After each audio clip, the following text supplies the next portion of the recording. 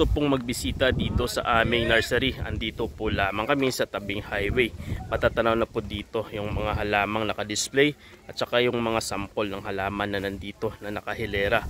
Pwede po kayo ditong bumisita anumang oras. Araw-araw po kami po ay open dito.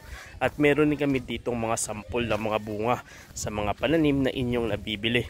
At meron din po kami ditong mga event na tinatawag yung mulberry picking. Ang mulberry po namin dito ay mga Illinois US variety at meron din namang mga Taiwan long, yung mahahabang variety ng mulberry. At dito banda, yung pinaglagyan namin ng mga punla at ng mga berries. Andito naman yung mga blackberries namin. Dito po namin ginagawa yung propagation tsaka yung iba't ibang uri ng pagpapalaki sa mga mulberry. At dito po mga mulberries din. Ito po yung mga blackberry namin. At dito banda, yung ibang uri ng mga pananim o yung mga lansones na naigraph na at saka yung mga mangga. Dito nga medyo magulo dahil nga malakas yung hangin dahil nga may bagyo, yung bagyong Christine. Maaari po kayo ditong bumisita ng mga oras para makapili ng mga halamang inyo gusto.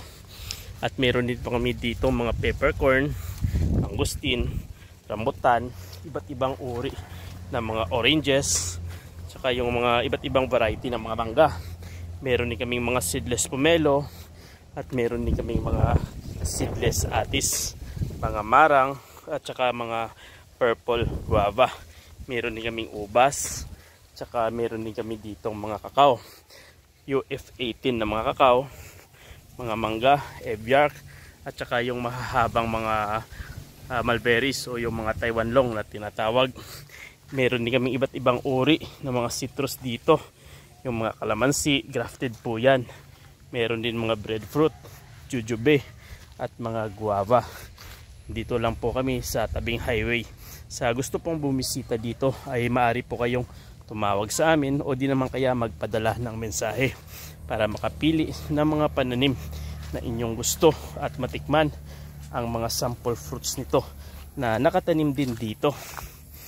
Meron kami ditong apple at meron din kami ditong raspberries. Ito po yung raspberries o sampinit. At meron din kami ditong mga blackberry. Ito po yung blackberry namin na Prime Arc Freedom variety ng blackberry na kung saan malakas ang produksyon ng bunga. Kaya pwedeng pwede sa lugar na mainit at sa lugar na wala gaanong tubig. Tingnan nyo naman yung bunga ng mga blackberry dito. Yan, mga blackberry po yan. Yung ginagawa namin dito ay nagdadamo dahil nga maraming mga white flies na dumadapo dito. Yun lang mga bossing, sa gustong bumili ay maaari po kayong bumisita dito sa aming nursery.